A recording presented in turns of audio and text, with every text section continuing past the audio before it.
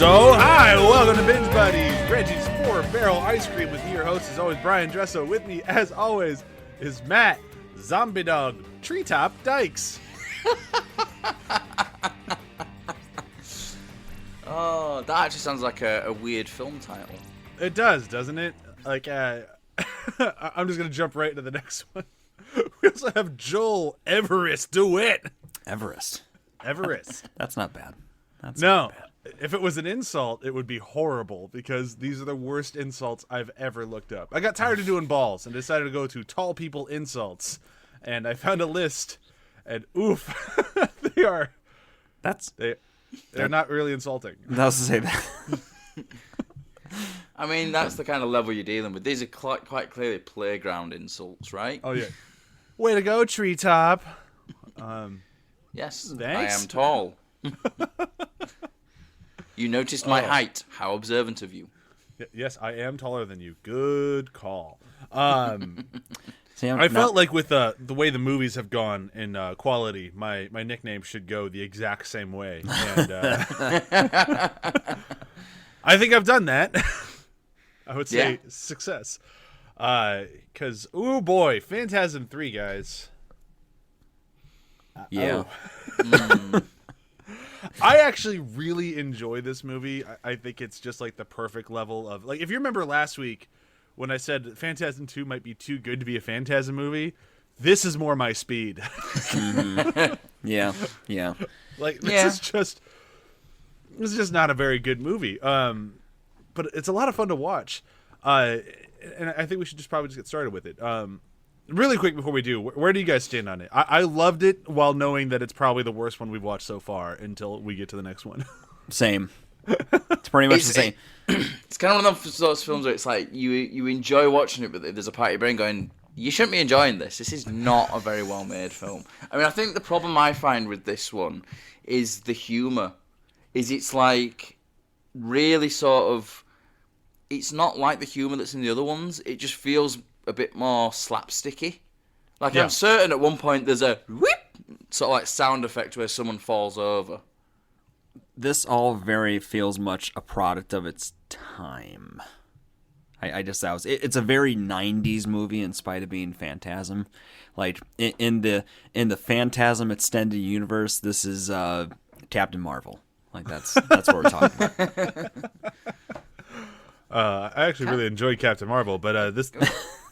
I did too, but it was Can't also... tell if you're insulting Captain Marvel or complimenting Phantasm 3, though.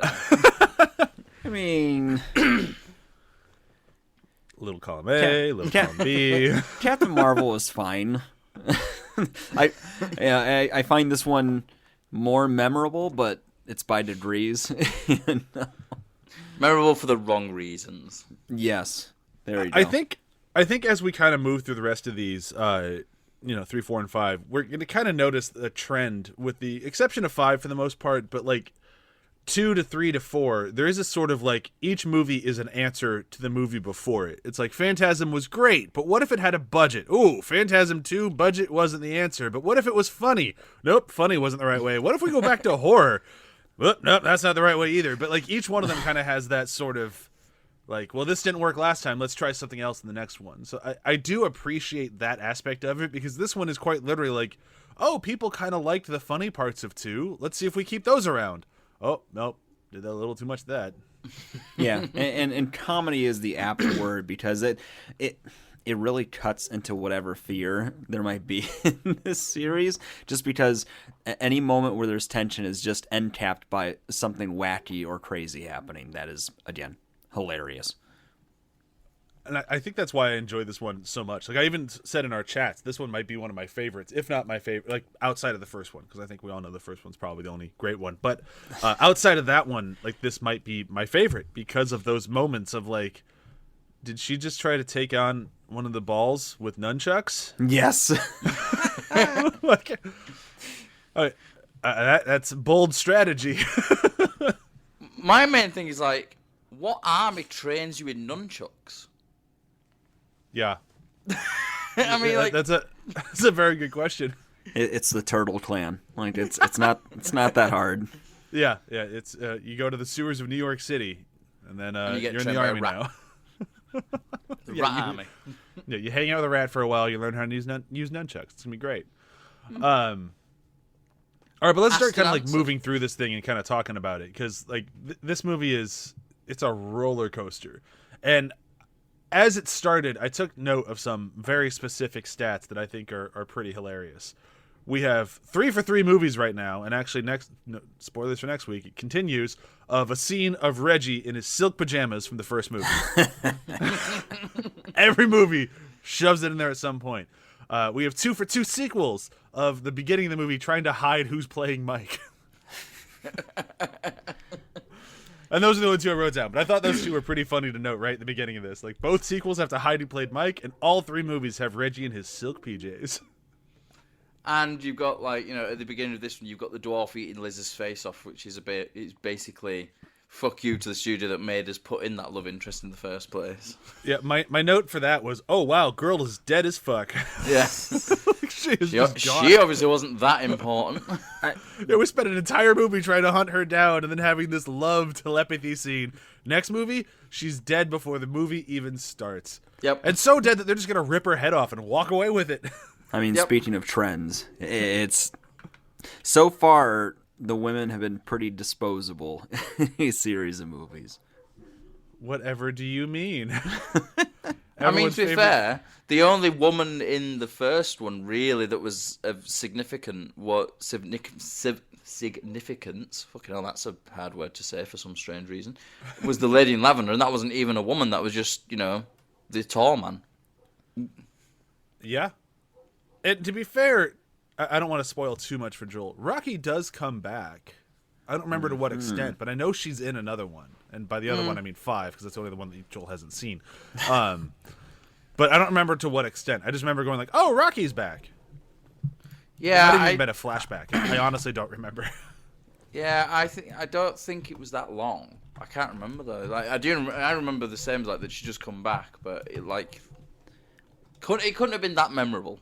No, and she's not really an actor either. I mean, yes, she's an actor. She acted in movies, but it's not like you look at her IMDb. She has like 5 things. It's like and 2 of them are Phantasm movies. Does or does she not have flat top hair still? I don't think so. No, I'm sorry. I know she rocked it really well. I agree, but yeah. For some reason I'm thinking dreadlocks, but that might have been in a interview with her. I honestly don't remember. All right, but so this movie, I like that this movie does kind of like it really sticks to its very crazy guns like the whole way through, and you can kind of see like the fan notes all over it. Like I clearly was not the only one annoyed at the lackluster use of the 4-barrel shotgun, because they definitely get their money's worth in this one. Oh yeah, it just randomly in the field, despite the fact that at the end of the last film he threw it down in the basement. Oh yeah, I love that he took the time to go find it somewhere. Like, oh yeah, I need my gun back.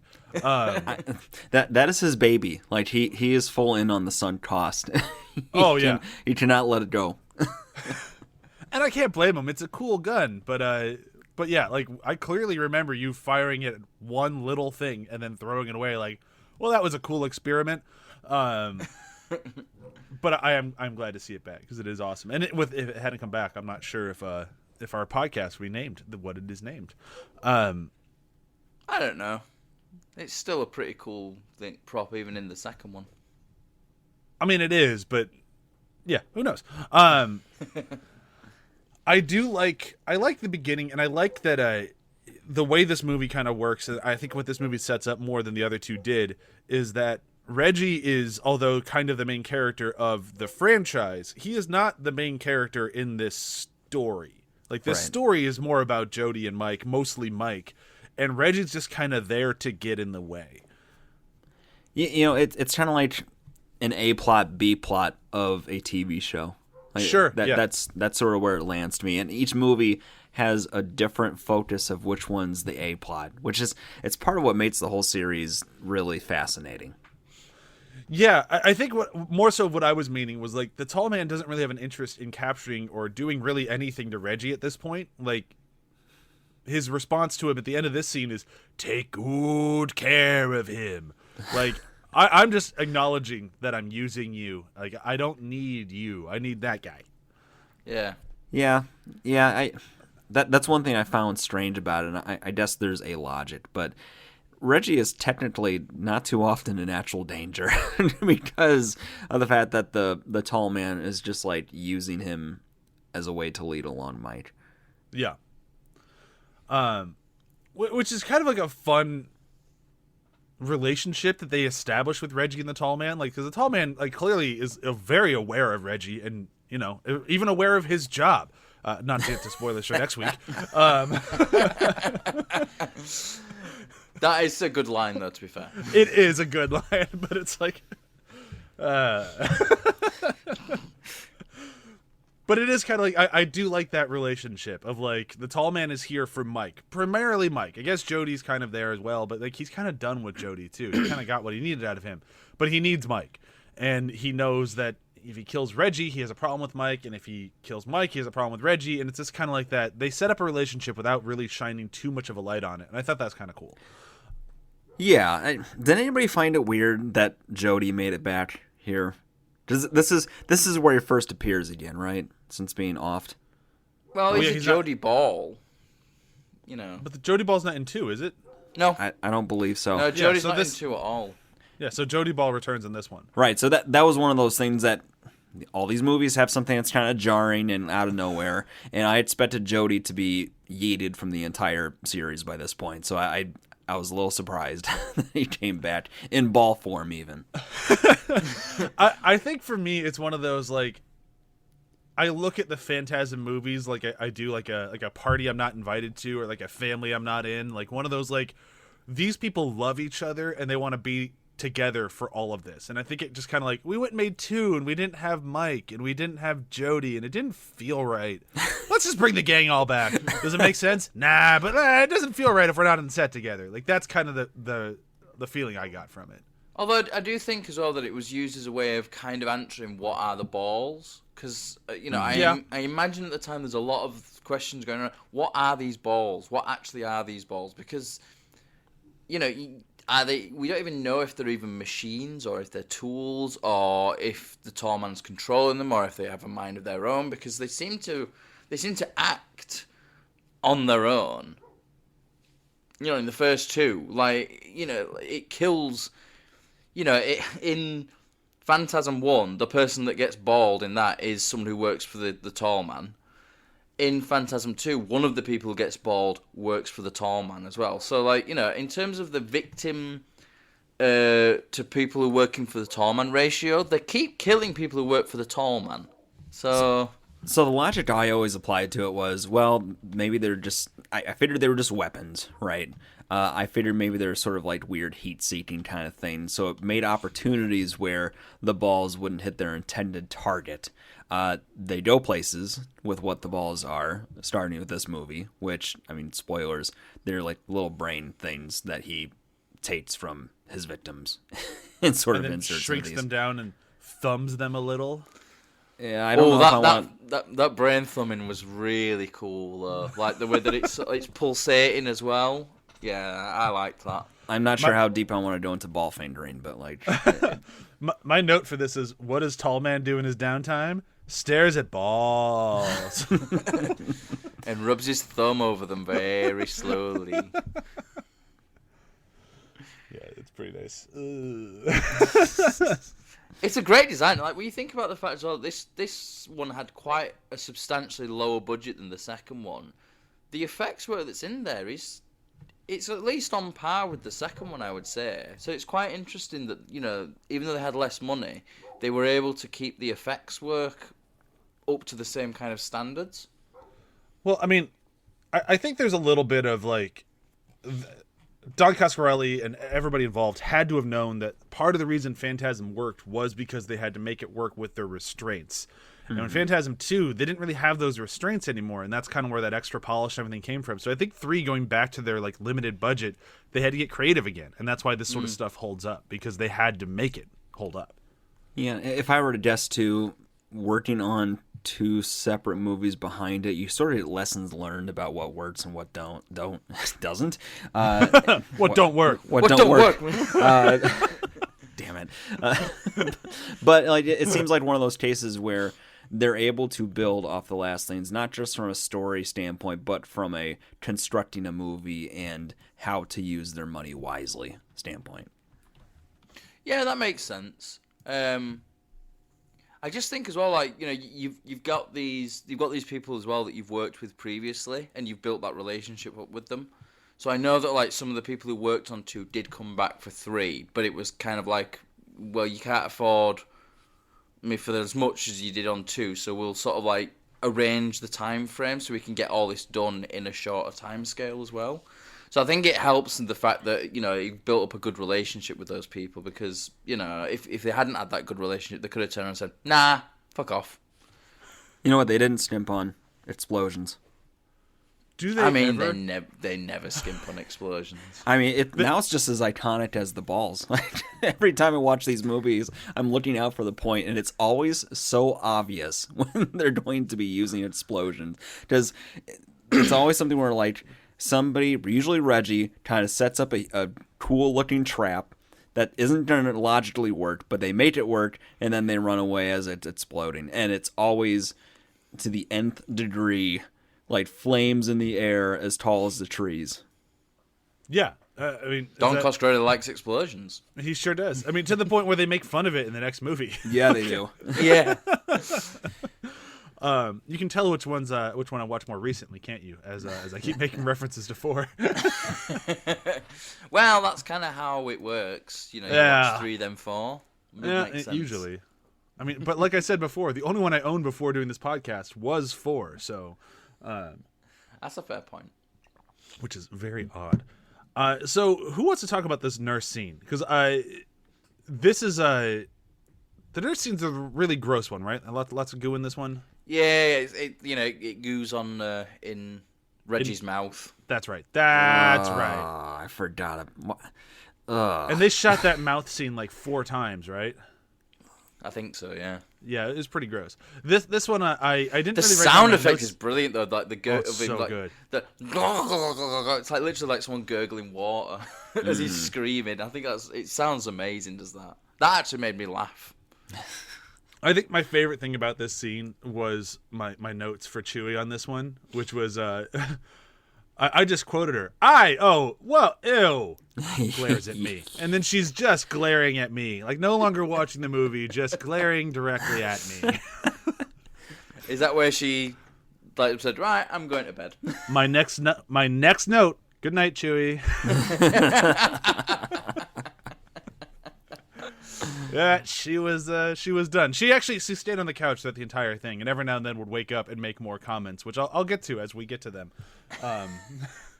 She was not a fan of 3, and that's with sleeping throughout 2/3 of it. So yikes. All right, so should we move on to the Home Alone? Okay, it wasn't just you. All right. Yeah. Oh no! Like literally, like one of my notes is murderous Home Alone. Yeah. Although he's Hey, nowhere look- near as successful with like the traps, so he just like decides to murder instead. Yeah. Yep. I mean, those traps were not murdery though. Like one of them was like a load of knives attached. That to knives would have messed you up though if it actually connected. Like that looked Oh, pretty yeah. heavy. Mm-hmm. Like you might not be dead, but you're going to the hospital, and you're definitely gonna be in the hospital for a while. But then I when mean, he I starts, don't think you'd make it to the hospital. Even if it doesn't kill you straight away, I think by the time you'd actually get to hospital, you'd die of blood loss. yeah, that's very possible. Yep. And then the world's best frisbee throw in the history of time. Like, the kid was accurate as hell with a weighted frisbee. Oh yeah. I mean, it's up there with the kid in Road Warrior with his sharp boomerang. Yes, yeah, right in line. These kids would be buds. They would. But like, what are these guys? Like, seriously, what are they? So if you're, I just called them the 3 bandits. Like throughout my notes, they were just the 3 bandits. Yeah, they're kind of marauders and thieves. like, they're really where the comedy I think fails the most in this franchise. Like these 3 things I think were supposed to be there for kind of a laugh. And if you're unfamiliar with what we're talking about, there's a gang of criminals is what we'll call them, which is one mean lady, a tough dude who kind of looks like a greaser from Grease, and then their boss. Yeah, he was, What I'll call him, Yeah. kind of wears a suit and has a mustache, but they're all criminals together. It's a very weird setup. Yeah. And they're all wearing red, ironically. They all fucking die. I mean, they drive a pink hearse as well, so you know. What a weird gang of people. Yeah. I mean, I know it's Phantasm, but like, you know, gangs of people don't generally have their gang car as a hearse. they felt out of place. Like, Yes. like for a series of movies that is predominantly about the tall man, Mike, Reggie, I guess Jody. You know, there's been a couple incidental people that end up as part of their crew as they're, you know, traveling along trying to take out the tall man. But these people are so distinctly different, and they're a square peg in a round hole trying to fit in it. It doesn't suit it. The characters, like you described, are not. They feel out of place in time. Like to your point, the whole greaser look, and them having sort of a Don King hanging around with them too is And they got his money chain, his like huge money sign gold chain. God, I forgot about that. What is this? I mean, that's what criminals wear, though. Do they not wear that around where you are? I mean, I know the U.S. is a strange and crazy place, but we all I are got. we are a diverse set of regions. Yeah. that guy could totally exist out there. I might be falling back on my criticism of this. Maybe that's just a real dude, and that's just happening when they're driving through. America's crazy, man. You know, the other part is that they're the first time that the real enemies aren't like either some explicitly made monster that is under the guise of being human, or one of those miniature Ewok characters, right? Yeah, it's kind of like when you're watching like Friday the 13th and you get to part 8 and the girl gets kidnapped by just gangbangers who like dose her with heroin. It's like, wait, what is happening? This is just like normal evil stuff. Where's Jason? Oh yeah, I forgot about that. They really breeze over like that as well, don't they? Like, wait, what are you guys doing in a Phantasm movie? Up, there you go. Bye. And my note for what happens to these guys is, wow, that boy killed the fuck out of those people. Because he really does. Yeah. He chucks an axe into the woman's head. Please. That's a tomahawk. Sorry. Tomahawk. Either way, it's embedded in her brain. Super dead. Oh, yeah. And then he slices into the guy's throat and just shoots the last one. Like, he's ready to go. Yeah, he's the most cold and calculating killer out of the series so far. Like, he makes Reggie look like a wuss entire. I mean, Reggie's number one goal is to get laid, and then it's to fight the tall man. But his number one goal is definitely in his pants. So yeah, this kid he's more focused. You know, he's here to murder, and to murder. Yeah, he's not discovered the. No, I won't finish that thought. Well, I mean, he does very quickly because he teams up with Reggie, and Reggie immediately tries to ditch him to get laid. Sure does. Repeatedly. I mean, Reggie... in Reggie's defense, dropping off that kid was probably one of the most responsible things he's done in those series of movies. Like, I wasn't referring to that part. I was referring to him later when he's in the car, and he's like, "Don't you want to sleep in the car?" Yeah, and she's like, "Come with us," and he's behind her, just going, "No, yes. no." Him trying to ditch him at the orphanage, that was the right call. Reggie was being a good dude right there. Yeah. Like, yep. Yeah. Wow, this kid has problems and he wants to murder everyone. He should probably be with somebody other than me who's on a road trip to murder everyone. Yeah, get him out of this situation. Yeah, Reggie was being smart for a minute. Yeah. It's a mixture of like repulsion and understanding when it goes to Reggie and his exploits of trying to find love. Yeah. Because it's like... Is it love, though? Well, it's a kind of love. You know, some love is just transitory, okay? I mean, that's the best way of describing Reggie.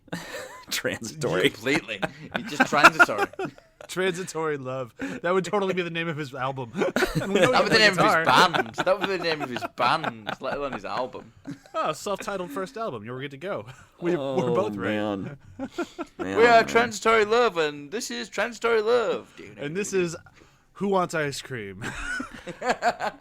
The reason his, let's say, grossness works is that he never gets his way. The women always sort of either shun him off, or in this case, trap him based off of his own horniness.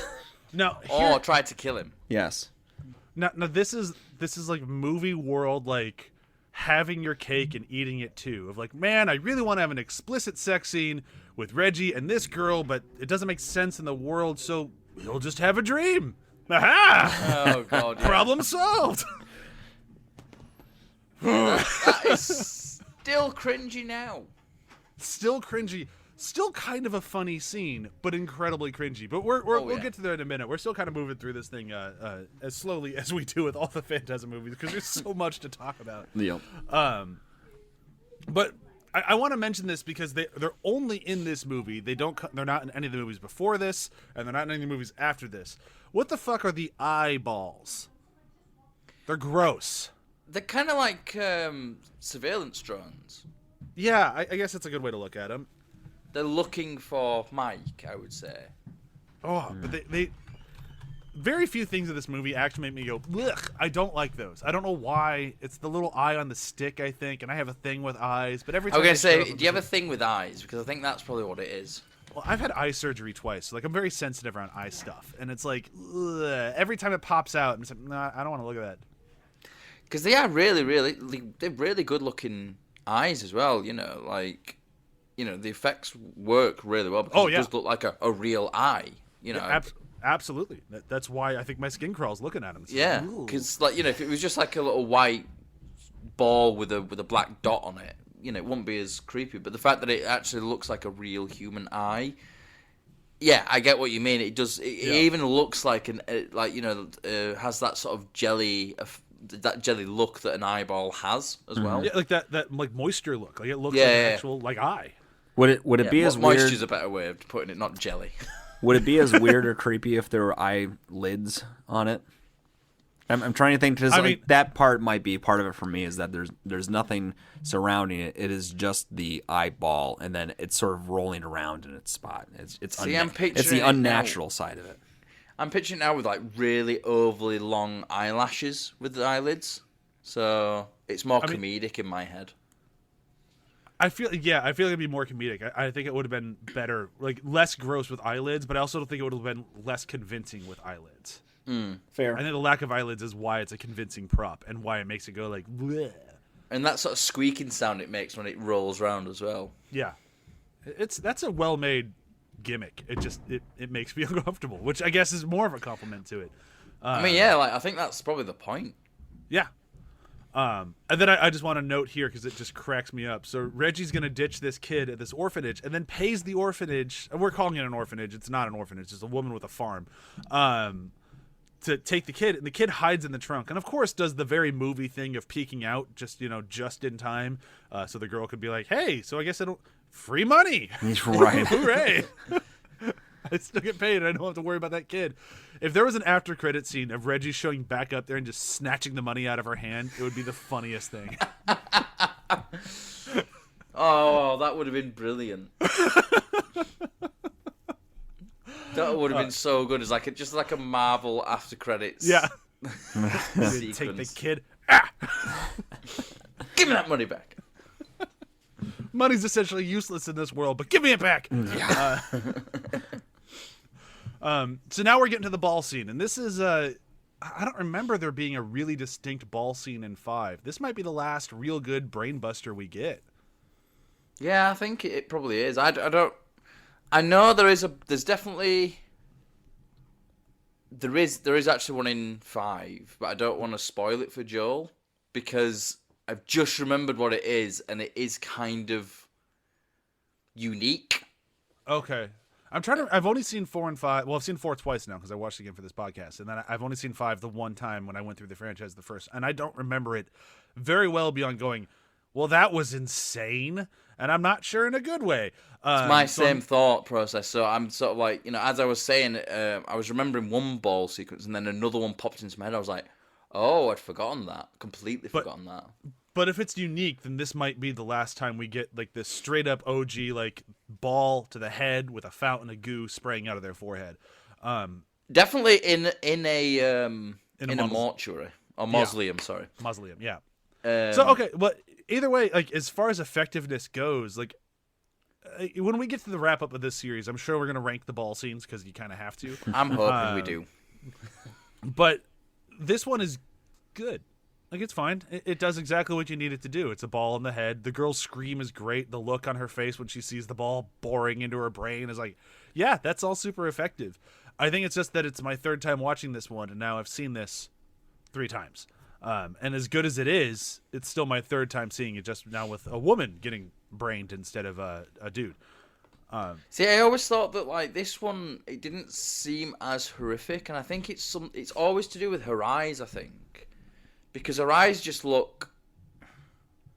I don't want to use the term dead, but there doesn't seem to be any actual feeling there. So like, I don't think she sold it quite as well as the other guys who yeah. did. I'm not sure if she understood like I mean, she had the ball in her face. I'm sure she understood it, but like the fear or like the thing that makes these things so fearful and horrifying is that you watch yourself die. Right. Yeah. Right. Like, that's really what makes them just like horrible, because you're not just watching yourself die. Like you're watching yourself die an incredibly gruesome, painful death. Yeah, like you said, the scream is brilliant. Like the scream of pain is brilliant, but it just feels really disconnected from the visual to me. Yeah. But yeah, I do barrel like this roll's sequence cool. though. Yeah, I do like this sequence. Like, I like Reggie showing up and the ball flying around, and I like that he's the first guy to try to use a door on a ball. Like, haha, eat door, ball from hell. No, they used the doors on the gold ball in. I guess that's 2. true. Yeah, but they it just smashed through the doors. Yeah. In 2. So this is the first time they effectively use a door. Yeah, because it's a silver ball. It's not got as much power as the gold one. Yeah, that gold ball is mean. Mm-hmm. Like that one just sticks with me. Like the way it just drills through your entire body, then comes out through your face. Like, yep. Whew, mean ball. It's the wasp. Yeah, It's the wasp of balls. Yeah. That might be my winner when we get to the wrap up. It'd be tough to beat the first one, but that one's gonna stand a real close second. But yeah, so we got to know Tanisha for all of 3 seconds before she got brained, and then that was the end of that. But we do get to keep Rocky, which is fun. Yeah. I really like Rocky. I think she is the perfect level of chewing scenery, like just the perfect level of like, wow, you are just not an actor. Yeah. But you are so much fun to watch in this movie. Like, she sells the hell out of her part. And, like, I like that Reggie gets right in line with her, like, almost immediately. Like, he's telling her to come with him, and she's like, nah. It's like, suit yourself. Lots of luck, baby. What I find really amusing as well is, like, I kind of feel like the direction that the actress who played Rocky had was just like, you're angry. Go. Yeah. And that's it.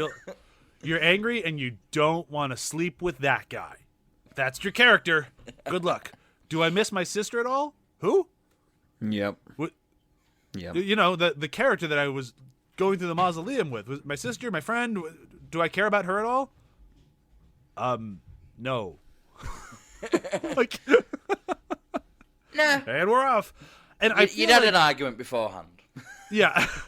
I feel like I should note here, the dialogue in the Phantasm movies is never great from the very beginning. Great one-liners, but as a whole, it's kind of cheesy and stilted, but that's kind of why I like it. But for some reason, the dialogue in the back half of 3 just takes a nosedive off a cliff. Like it's been kind of rough throughout, but pretty much from the moment Rocky shows up, the script just goes out the window. And like my favorite thing was with the line to Rocky, picture that, the 3 of us facing down the forces of evil. You got something better to do? Oof. Yeah, it's kind of like, we want this to be badass. Does it work? Not Nope. particularly, but we don't have time to reshoot. The dialogue in these movies are all very utilitarian. Like there's very little areas where they're just trying to slow things down, have some sort of character development. It is all dialogue meant to inform based off of what needs to happen next. Yeah, and that's fine to a point, this one really drives that point way too far in the ground. Because like, as the movie moves on, like we have the next scene like in the motel where that's where I was talking about earlier, where Reggie blatantly tries to ditch the kid. Stay in the car. And You're just there like doing sorry, that whole, buddy. Like, no. Only the one queen was available, and he's like, "We got a queen and we got 2 twins." Oh, Yeah. that was a me shitty the moment too. queen. Yeah, that was a real shit moment on Reggie's part. Like, Reggie, you're the worst. And then he convinces her to stay in the bed with the most incredible argument of, "Come on." That's up there with, please. Pretty please. Sugar And then top? she's saying no every step of the way. She's like, "All right, fine, you can stay in the bed, but we're not sleeping together. We are not sleeping together." And then he just hits her with the line, "Ever try vanilla?" Mother I love of her God. comeback there. I love her comeback to that because it is genius. Like, you know, oh, dairy gives me gas. Brilliant. Like, the answer is no. And then she's like, fine. And then handcuffs him to a bed. And he looks so disturbed that he got handcuffed to the bed. He's like, oh, shit. And my note is, you deserved that, Reggie. Yeah. Down, boy. God. Oh, he was into it for a split second until he found out that he was being trapped. Yeah, he got totally Costanza'd in that moment. Hey, this is great. Oh, no, unless you do that. Then it's not great. Oh, this is so not great. But it doesn't matter because Reggie's still going to get laid in his dreams. Yay! And then have the most awkward sex scene ever.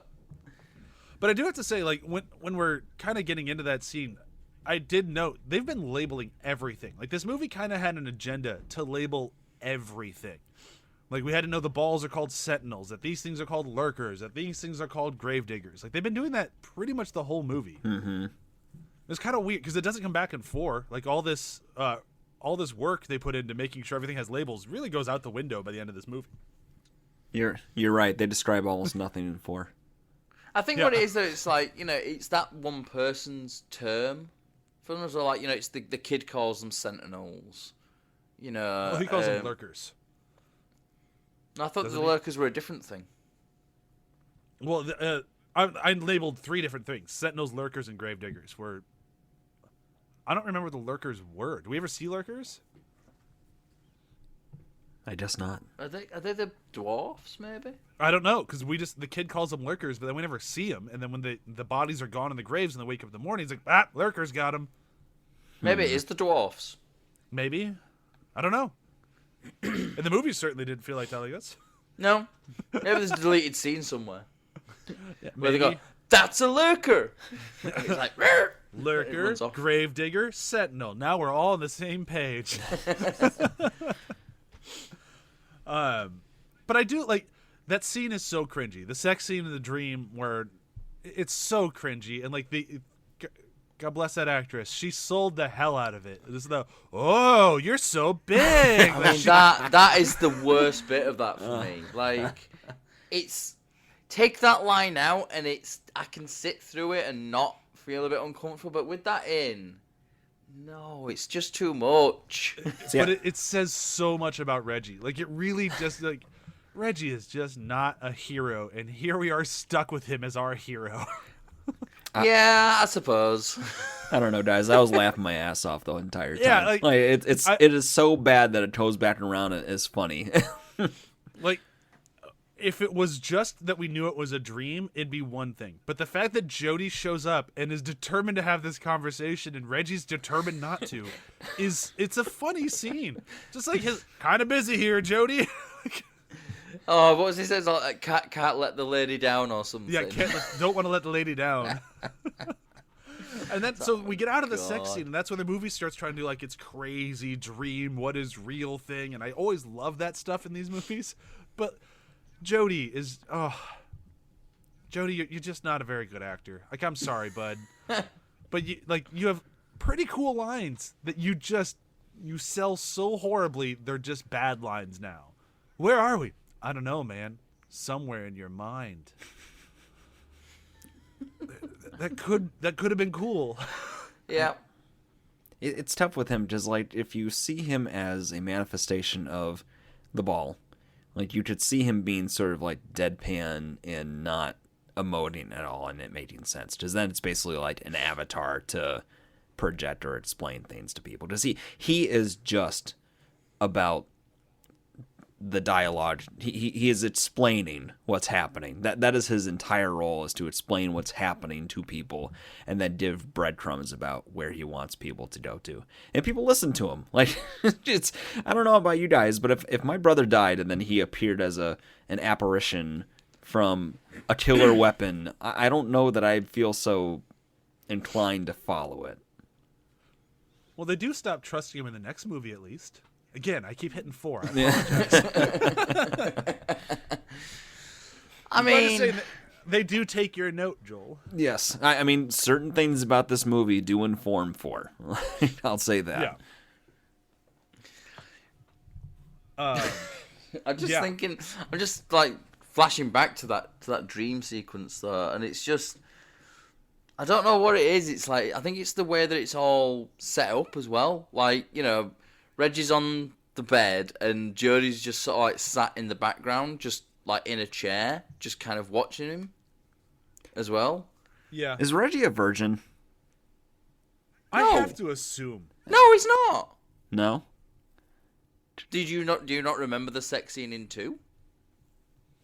Oh yeah. Well, he was wearing his jeans the whole time. Yeah, I mean, the way she was going at him, I don't think clothes would have been a problem though. The way she was going at him, I don't think he was involved. Maybe. I think he was just there to be ridden. Yeah. He didn't even get his pants off. Like it. I think Joel's onto something. it's just even the whole dream sequence. It feels like it comes from a standpoint of like somebody who has seen boobs, and that's Somebody who's seen a lot of porn. yeah. Which would explain the whole like, oh, she's having a good time. This must be having sex. I've had sex before. Did you take your pants off? No.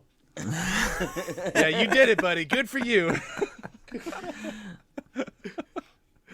No, I didn't have time to take my pants off. Well, she said we were done and that I was good. So Oh, I did it. and those were jeans. That must have been so uncomfortable. Yeah. That poor girl. I'm thinking about... Never mind. Oh wow, I still have so many notes to get through. We're only like halfway through this thing.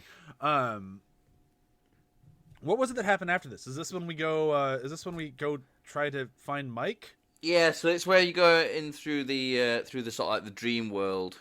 That's right. So this is when like by Reggie going through all this stuff, they find a way to pull Mike out of the tall man's box thing. Yeah. And this is where so then they go back through the portals. Now they have Mike and Jodie. Jodie Ball is with us again, right? Yeah, and then the tall man sort of like comes part way through and... And then we get his evil hands that goes up the guy's nose, and it's like, oh wow, you thought COVID swabs were bad. Try to tie your finger in your nose. I mean, I do like that. It's been like a bit of a throwback to 1 as well. Like, you know, the finger created that small thing, so the hands obviously make like a giant, almost like a scorpion type. I mean, type but creature. here's the thing: the finger turned into a fly, the hand turned into a hand monster. Like by this logic, the hand should have turned into like an alligator. Like it was right? still like finger-sized fly, though. How big are your fingers? It was huge. I mean, I have never met Matt, so I have. They're not that big. I mean, the ladies don't seem to complain. That was my attempt at being Reggie. Success. Yep. I was just about to say like, oh no, Reggie's on the podcast now. So moving ever so quickly ahead, we now have the whole gang here. We're gonna go try to take on the tall man, and the gang comes back. The fucking Yeah, they're now 50s zombies. rocker zombie hooker pimp people come back for some reason. In the hearse. in the I mean, hearse. we sort of had a hint of that anyway, because when they got up in the morning, the hearse was gone as well. Yeah, but now they're back, and they're just basically deadites now, which is weird. Like, we really haven't had Deadites, yeah, not zombies. Yeah, like, we Yeah, really well, haven't had deadites yet, but like There's they're a just real pretty much deadites. there's a real Evil Dead feeling about this film, actually. Like, Yeah, for sure. The nurse, I think I was said before we started recording, the nurse sequence reminded me so much of Army of Darkness and The Witch. You know, Yeah. and these things remind me of the Deadites from Evil Dead. I kept referring to them in my notes as zombies, but I was always thinking of Evil Dead. Yeah, and yeah, I think that kind of tracks. Like, if this movie's trying to be a little Evil Dead-ish, I could see that. It's not, because it's, Evil Dead's a masterpiece, and this one is well, this is, it is what it is. It's enjoyable. I really do like this movie. When we get to our rankings in a couple weeks, you're gonna see this one's pretty high on my list, even though it's very easy to take shots at. I think that's why it's so enjoyable, though, because you know that it's like you said, it's fun to watch, despite the fact that it is not a very good movie. Yeah, It's the ride. Like, in context of the Yeah. other Phantasm movies, it is not out of bounds of what Yes. I define Phantasm as. And I think that's why it works. It's why it can have a different sort of humor, thematic sensibility and still work. Because I see this less as a consistent series of movies and more a like table dressing of these characters and general thrust of where the story's going, and then they fill it in with what they want it to be full of. yeah, That's really well put, to be fair. yeah. That's pretty much spot on. But let's start kind of moving into the end of this thing. Like, we're gonna have to skip some parts here because I really do want to talk about the ending, because it does kind of go a little batty. Well, Towards there's the hearse flip, which I wanted to briefly mention, just because the fact that actually broke a world record for the amount of times that a car spun in the air.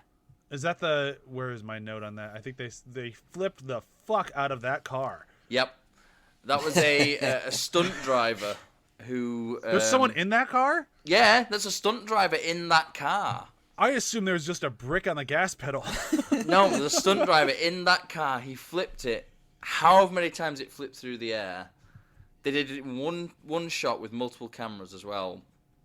But yeah, that's a real hearse that's flipping that much through the air as well. I think they changed the engine on it so it had a bit more power.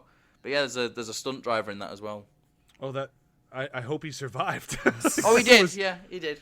Like, they really launched that car. That is Yeah. probably the coolest shot in the entire movie, because that is amazing. And then so they go to this next mausoleum to start trying to like track down the tall man, and it has this. Remember I mentioned earlier how bad the dialogue tanks in the back half.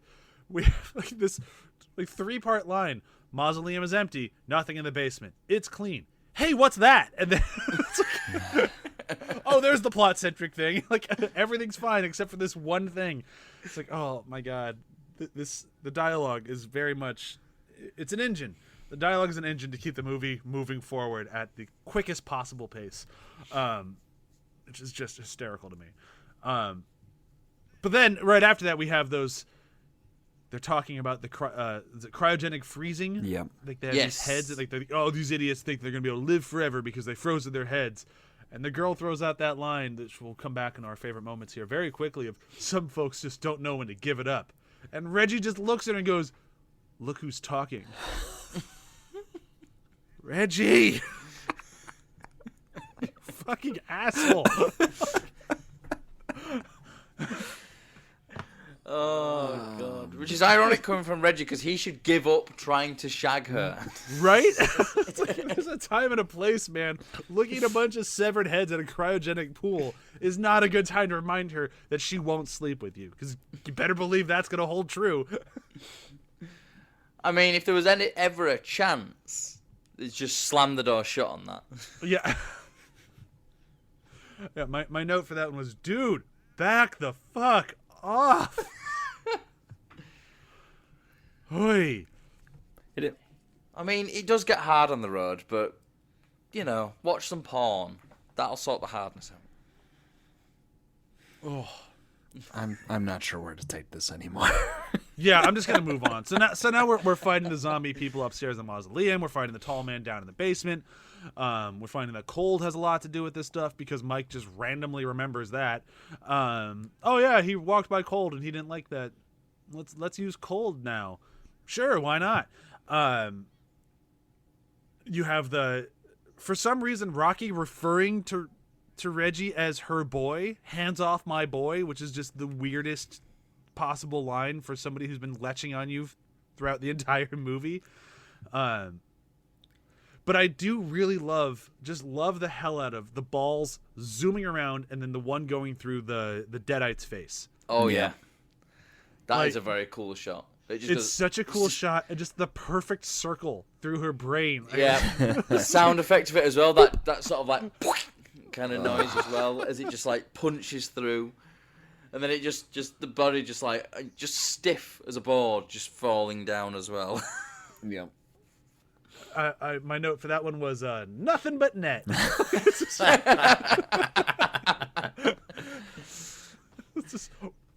straight through. Just so good.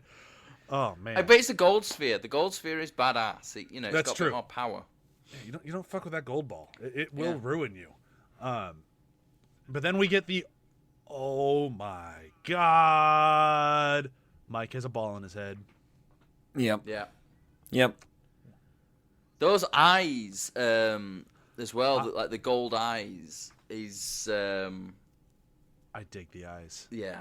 They were very, very cool. Super corny, and they look incredibly uncomfortable. Oh, they were. So there's a story about the eyes. Yeah. They had to get a proper medical doctor on set to install them. He couldn't see a damn thing with them. They were completely opaque. You could tell. And He looks totally lost.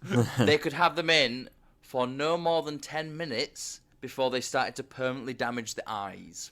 Wow.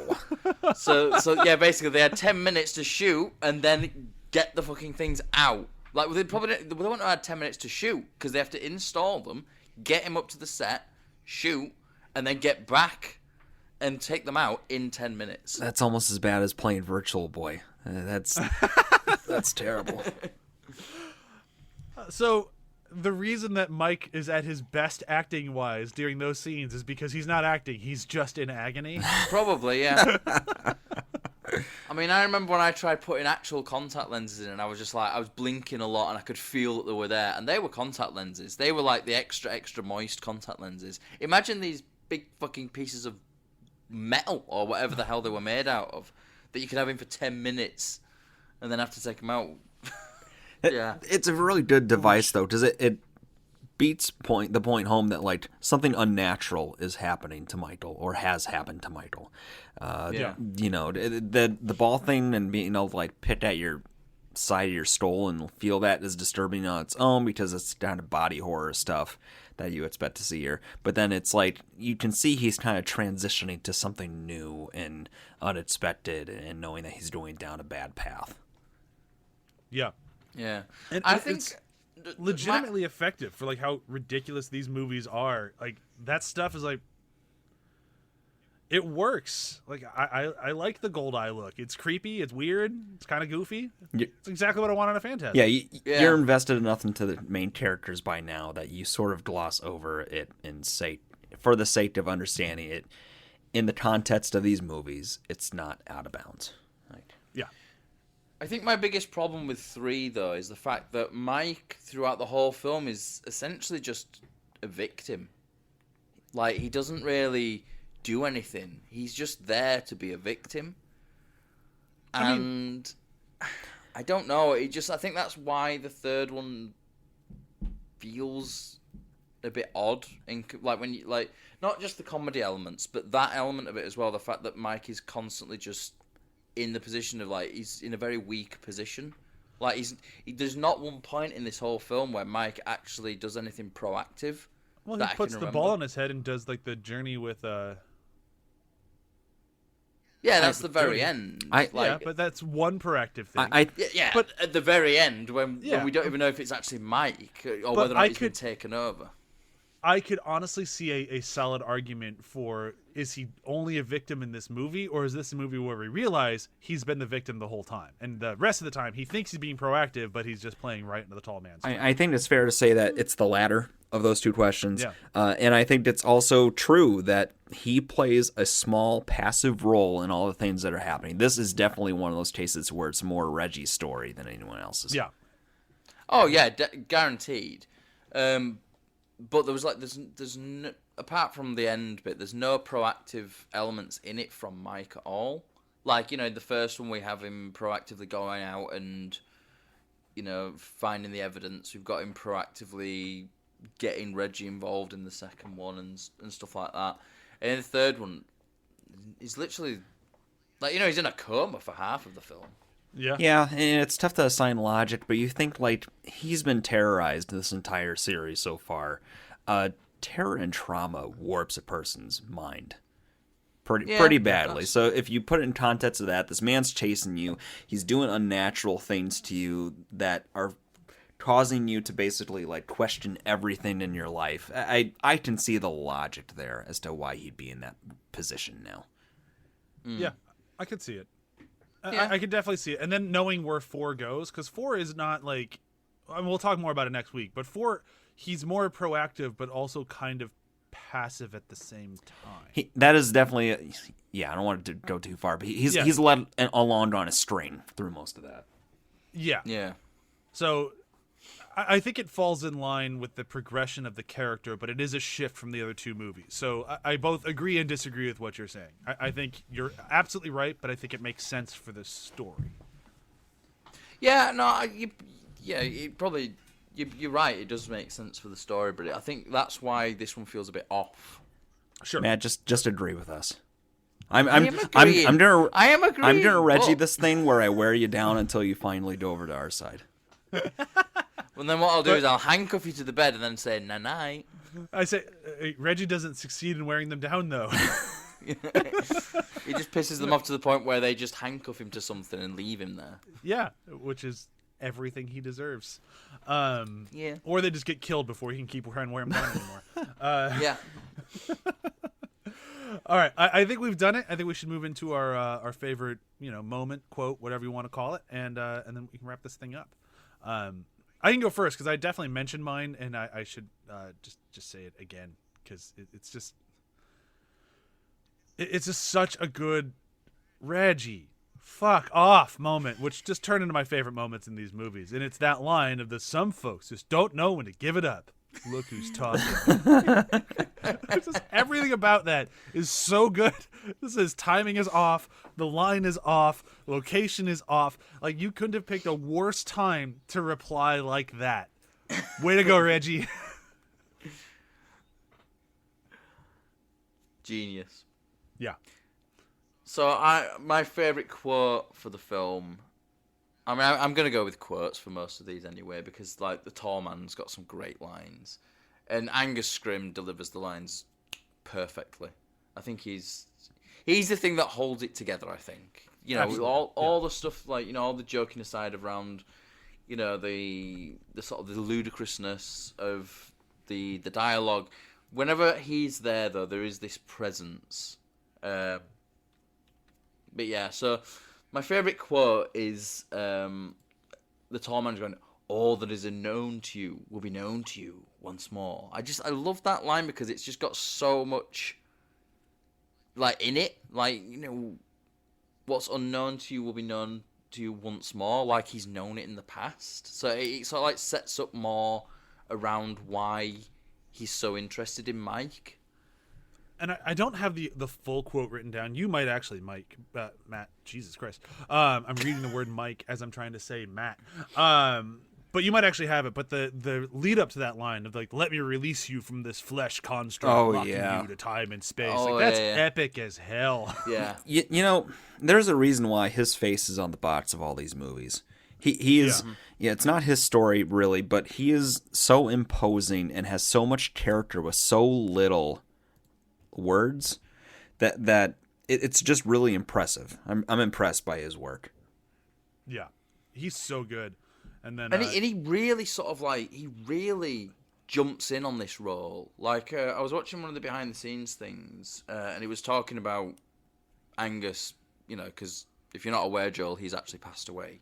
And they were talking about him, and one of the effects people was saying, you know, he was the oldest person on the cast and crew, and yet he would be doing the longest days. He would show up, like, you know, on some of the days when he's getting like a load of makeup done as well, he'd be showing up. He'd be doing 18-hour days, and he wouldn't complain at all. And he would be there he'd be constantly trying to lift everyone's spirits, trying to cheer everyone up as well. He just sounded like the nicest guy. And I think that's like a trend that goes through a lot of these people who keep coming back to these films. That the reason why they come back, and the reason why everyone seems to come back, like the crew as well, is the fact that the main people are just the nicest people to work with. There's no sort of, you know, like, ego about it. And, like, you know, he embodied the tall man so well, and he came up with a lot of stuff. Like, I'm sure that he came up with this idea, like, when he's frozen, he starts making these sort of grunting noises, a bit like Boris Karloff's Frankenstein. And I know that he was a huge fan of Karloff and... Oh, shit, what was the one who did Dracula? Oh my Bela god. Lugosi. I was just thinking his name, so you asked the question. I'm like, wait, Yeah, he was a huge fan of those, because I've seen him like in interviews talking about those characters, and I'm sure that he must have like put that in as a thing of like, oh well, I can just make these sort of like these kind of like Frankenstein's monster kind of noises, and I just that like, you know, his presence throughout all these films is brilliant, like. And yeah, and the one thing I will say before we move on, there is something kind of nice too, knowing that he never had to suffer through watching somebody else try to play his role. Like a lot of these other horror icons have had to do, you know, like Robert Englund had to watch somebody else try to be Freddy Krueger. I can't remember the guy who did the first Michael, but he's watched so many people have to go be Michael Myers. Same with Jason Voorhees. Like all these like huge horror icons have to watch other people slide into their role, and Angus Scrimm never had to suffer through that. Like he's like he was that role from beginning to end, which is really cool. Joel, did you say your favorite moment? No, but it's pretty easy. Handcuffs. Go for it.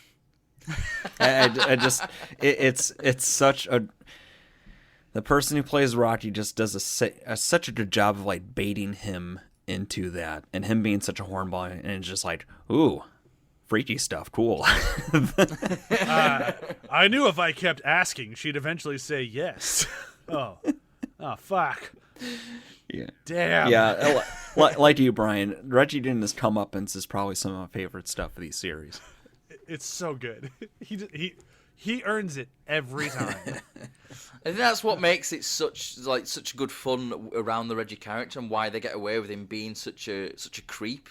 Because you know that he's going to get some sort of comeuppance from that at some point. So you kind of like, you get away with it a bit more because you know that it's not going to end well for him because of those actions as well. Like, you know, in the next one, there's a particularly interesting scene, shall we say. No, we got to wait a whole week. I know, that's why I didn't go any further into it. But I think we should wrap this one up. Let's do a very, very quick round of plugs, and we can say goodbye. For this show and the other show on the ATH Network, check out athpod.com, where we have this show and Demon Days, which has been a total blast. Joel, what about you? Super GG Radio, video game podcast, Afterthoughts, mostly a book series. We're gonna, by the time this comes out, finish a Connecticut Yankee and King Arthur's Court, and then we will be figuring out what's next. You'll be doing Dune next, right? I thought you said Dune's quick round of plugs. Yeah, but Dune, right? Dune. I'm just saying it quickly. Oh, you can say yes quickly. And I'm gonna shove a Matrix article down your throat, Brian. Congratulations. Oh, good. I'm so excited to read an article that I'm almost guaranteed to disagree with. But I like that. Matt, do you have anything to plug right away or no? Not really. I am still working on this Airsoft article. I'm still trying to figure out the ins and outs of it. But I've been doing like in between that, I've also been doing like some fiction writing as well, which I maybe like publishing some of those. But I think I can't publish a full novel on the website because no one would read it. Yeah, that's very true. You'd probably get me and maybe John if we both have And that'll time. just be when you're proofreading it. Yeah.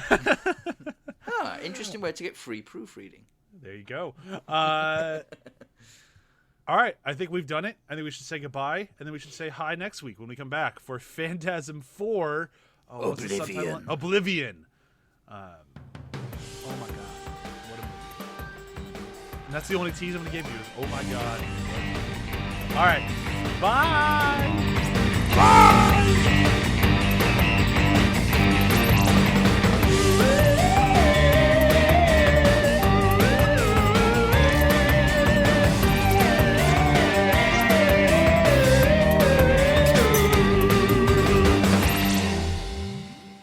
Like full Muppet.